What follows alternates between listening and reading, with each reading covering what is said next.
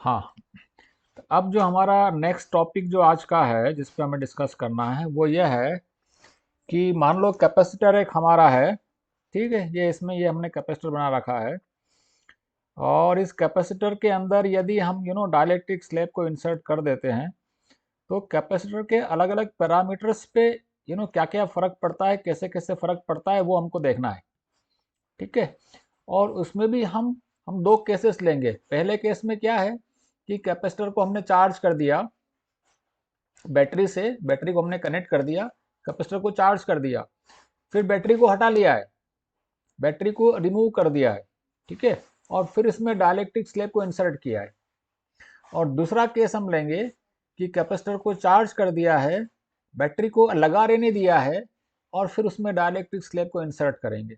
ठीक है, तो पहले हम पहला वाला केस पढ़ रहे हैं कि हमने इसको चार्ज कर दिया। ठीक है, इसको हमने चार्ज कर दिया और इससे बैटरी से हमने चार्ज कर दिया। ये देखो यहाँ पर हमने चार्ज कर दिया, इस पे चार्ज आ गया है Q। मान लो इस पे चार्ज आ गया है Q, तो यहाँ पर हमने ये चार्ज लिख दिया है Q। ठीक है, और उसके बाद में इस पे हमने बैटरी को डिस्कनेक्ट कर दिया है, अब यहाँ बैटरी नहीं है। और फिर मैंने डाइलेक्ट्रिक स्लैब को इंसर्ट किया और अब हमको देखना है यहाँ पे क्या क्या होने वाला है। ठीक है, मान लो ये जो कैपेसिटर जो था जिसको हमने चार्ज किया था, इसका कैपेसिटेंस वाज C। ठीक है, और इनिशियली केस में यहाँ पे तो एयर थी यहाँ पर, देयरफॉर डाइलेक्ट्रिक स्लैब यहाँ पर था ही नहीं, so the dielectric constant was 1। और जब इसको चार्ज किया तो मान लो चार्ज की वैल्यू Q आ गई इसके ऊपर। ठीक है, और दोनों प्लेट के बीच की डिस्टेंस हमारे पास में D है, तो इलेक्ट्रिक फील्ड कितनी हो जाएगी यहाँ प्लेट्स के बीच में जो इलेक्ट्रिक फील्ड बनेगी, जो प्लेट के बीच जो इलेक्ट्रिक फील्ड बनेगी, that electric field will be V by D, because V equal to E into D होता है, इसमें यूनिफॉर्म इलेक्ट्रिक फील्ड बनती है। ठीक है, and let's say the potential across this is V, जो कि बैटरी का वोल्टेज था। बैटरी का वोल्टेज V था, इसलिए इसने इसके आसपास V वोल्ट लगाया था और इसके आसपास वोल्टेज V है। ठीक है, तो इसमें एनर्जी कितना स्टोर है, इसमें जो एनर्जी स्टोर, इसमें एनर्जी किस फॉर्म में स्टोर है, energy store in the form of electrical energy which is half CV square. ठीक है, और मान लो इस पे charge density which is equal to Q upon A। अब क्या किया हमने, पहले कैपेसिटर को चार्ज कर दिया, उसके बाद बैटरी को हटा दिया, डिस्कनेक्ट कर दिया। ठीक है, तो बैटरी को डिस्कनेक्ट कर दिया है हमने, मान लो मैं बैटरी को हटा ही देता हूँ यहाँ से। ठीक है, तो बैटरी इस पे जो चार्ज था, जो इसमें एक्चुअली शायद नजर नहीं आएगा, छोटा सा फिगर है, वो चार्ज तो कहीं बाहर जा नहीं सकता ना कहीं बाहर से आ सकता है, तो इसमें जितना चार्ज था उतना ही चार्ज रहेगा। तो दूसरे केस में charge will remain same, charge will remain same. ठीक है, और डाइलेक्ट्रिक स्लैब इंसर्ट कर दिया है इसमें ऑफ डाइलेक्ट्रिक कांस्टेंट के, तो उससे कैपेसिटेंस बढ़ जाता है, तो कैपेसिटेंस कितना हो जाएगा C टाइम्स के।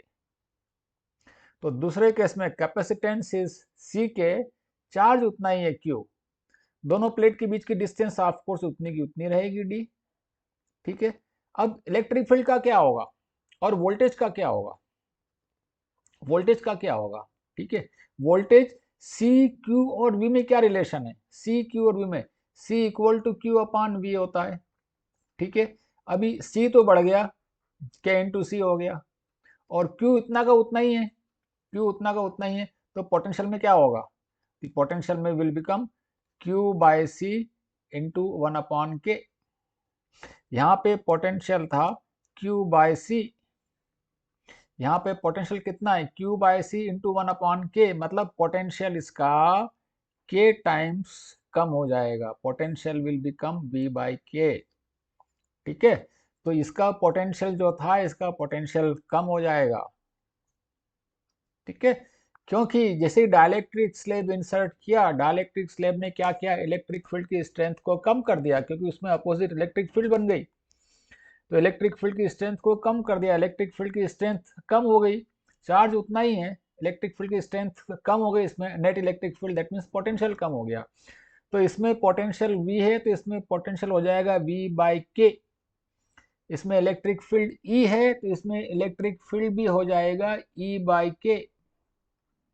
Intensity of electric field will reduce, तभी and the potential will reduce V by K, तभी तो हम बोलते हैं कैपेसिटेंस बढ़ गया है इसका भैया।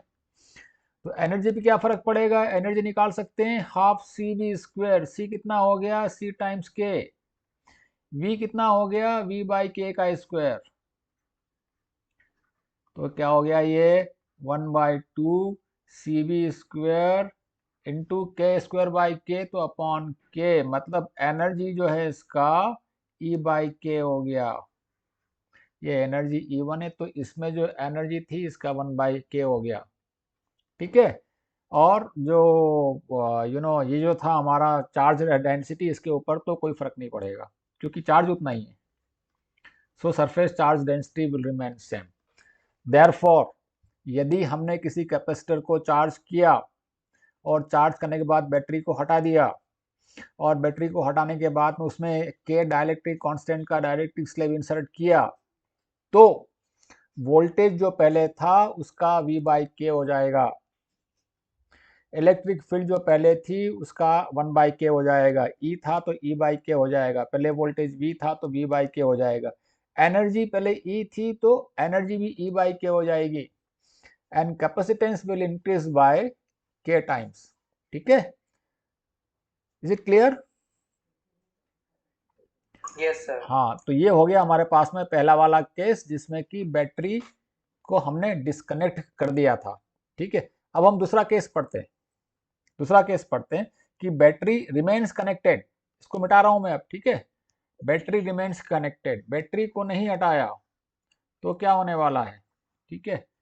बैटरी को नहीं हटाया मतलब कि बैटरी को लगा रहने दिया, बैटरी लगा रहने दिया, तो उससे क्या होने वाला है, बैटरी का वोल्टेज कितना V था, तो इसके अक्रॉस जो वोल्टेज है वो V रहने वाला है।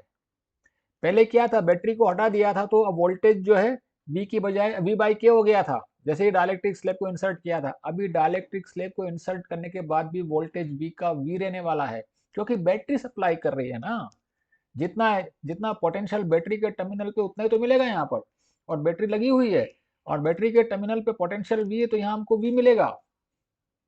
डाइलेक्ट्रिक स्लैब कोशिश कर रहा है इलेक्ट्रिक फील्ड की स्ट्रेंथ को कम करने की, अपोजिट इलेक्ट्रिक फील्ड को लगाने की, तो इलेक्ट्रिक फील्ड को कम कर रहा है वो। बैटरी क्या कर रही है, बैटरी उस इलेक्ट्रिक फील्ड को वापस मेंटेन कर रही है, डाइलेक्ट्रिक स्लैब की वजह से पोटेंशियल कम होने की कोशिश कर रहा है, बैटरी वापस एनर्जी सप्लाई कर रही है और चार्ज सप्लाई कर रही है, चार्ज और चार्ज दे दिया उसने उसको, ताकि इलेक्ट्रिक फील्ड वापस उतनी ही बन जाए और पोटेंशियल उतना ही बन जाए, ठीक है। तो ये इस दूसरे वाले केस में हो रहा है। तो पहले वाले केस में क्या था, चार्ज वाज सेम, दूसरे वाले केस में जो है पोटेंशियल इज सेम, पोटेंशियल पहले V था अभी भी पोटेंशियल V रहेगा। ऑफ कोर्स कैपेसिटेंस तो इसका k टाइम्स बढ़ ही जाता है, तो चार्ज क्या होगा, कैपेसिटेंस k टाइम्स बढ़ गया और पोटेंशियल उतना है, मतलब चार्ज क्या होगा, चार्ज बढ़ जाएगा, charge will increase k times q हो जाएगा। डाइलेक्ट्रिक स्लैब जैसे ही इंसर्ट किया, डाइलेक्ट्रिक स्लैब में अपोजिट इलेक्ट्रिक फील्ड बनी, अपोजिट इलेक्ट्रिक फील्ड बनने से उसके अक्रॉस पोटेंशियल ड्रॉप कम होना चालू हुआ, नेट इलेक्ट्रिक फील्ड कम हो गई, therefore potential across the capacitor वो कम होना चालू हुआ, लेकिन बैटरी कनेक्टेड है तो बैटरी तो पोटेंशियल वापस V मेंटेन करेगी, कैसे मेंटेन करेगी, और चार्ज को ला करके दे देगी उसको। तो कैपेसिटर पे चार्ज और बढ़ गया, कैपेसिटर पे चार्ज और बढ़ गया और पोटेंशियल V का V रहा, इलेक्ट्रिक फील्ड की स्ट्रेंथ जितनी थी पहले उतनी ही रही, ठीक है। देयरफॉर इस वाले केस में क्या हो रहा है, चार्ज इंक्रीज हो गया है, पोटेंशियल उतना ही रहा है और कैपेसिटेंस जो है C इंटू क्या हो गया है, दैट मीन्स चार्ज बढ़ गया है, because what is C K, C what is capacitance, capacitance must be equal to Q upon V। तो ये देखो यहाँ पे पहले C था, K से मल्टीप्लाई हो गया चार्ज, तो ये K से मल्टीप्लाई हो गया, therefore capacitance is C times K। अब देख लो सब चीजें, डाइलेक्ट्रिक स्लैब, यहाँ पे एयर था, यहाँ पर K डाइलेक्ट्रिक कांस्टेंट का मटेरियल है, डिस्टेंस पहले D था, इलेक्ट्रिक फील्ड पहले जितनी थी उतनी ही रहेगी, क्योंकि what is electric field is V by D और V कांस्टेंट है, तो ये और डी भी उतना ही है, so electric field will remain same. पहले इलेक्ट्रिक फील्ड कम हो गई थी और पोटेंशियल कम हो गया था, अभी बैटरी लगी हुई है तो बैटरी ने कहा अरे एनर्जी कम हो रही और सप्लाई करो और सप्लाई करो, तो सप्लाई कर दिया, ठीक है। और एनर्जी का क्या होगा, एनर्जी, पहले एनर्जी कम हो गई थी के टाइम्स, अब क्या होगा, हाफ सी वी स्क्वायर। अभी देख लो एनर्जी कितनी होगी यहाँ पर, सी कितना है, सी इक्वल टू सी के इंटू वी कितना है, वी तो वी स्क्वायर है, ठीक है। So half C V square into K, मतलब एनर्जी के टाइम्स बढ़ गई है, एनर्जी अभी के टाइम्स बढ़ गई है और पहले एनर्जी के टाइम्स कम हो गई थी, ठीक है। ये एनर्जी कैसे बढ़ी है, क्योंकि बैटरी ने और एनर्जी सप्लाई की सिस्टम के अंदर और चार्ज सप्लाई किया है। चार्ज पहले क्यू था, अभी के टाइम्स क्यू हो गया है, and therefore surface charge density जो है वो बढ़ गई है अब। नाउ दिस इज के क्यू अपॉन ए, ठीक है। तो ऐसा हुआ है भाई इसके अंदर। ये दूसरा केस है जबकि बैटरी रिमेन्स कनेक्टेड, ठीक है। तो ये हमने दोनों केसेस पढ़ लिए। पहले केस में हमने बैटरी निकाल दी थी तो हमने देखा था कि कैपेसिटर के सारे पैरामीटर्स के ऊपर क्या फर्क पड़ रहा है, और दूसरे केस में हमने बैटरी को लगा रहने दिया और फिर हमने देख लिया कि कैपेसिटर के सारे पैरामीटर्स में क्या फर्क पड़ रहा है।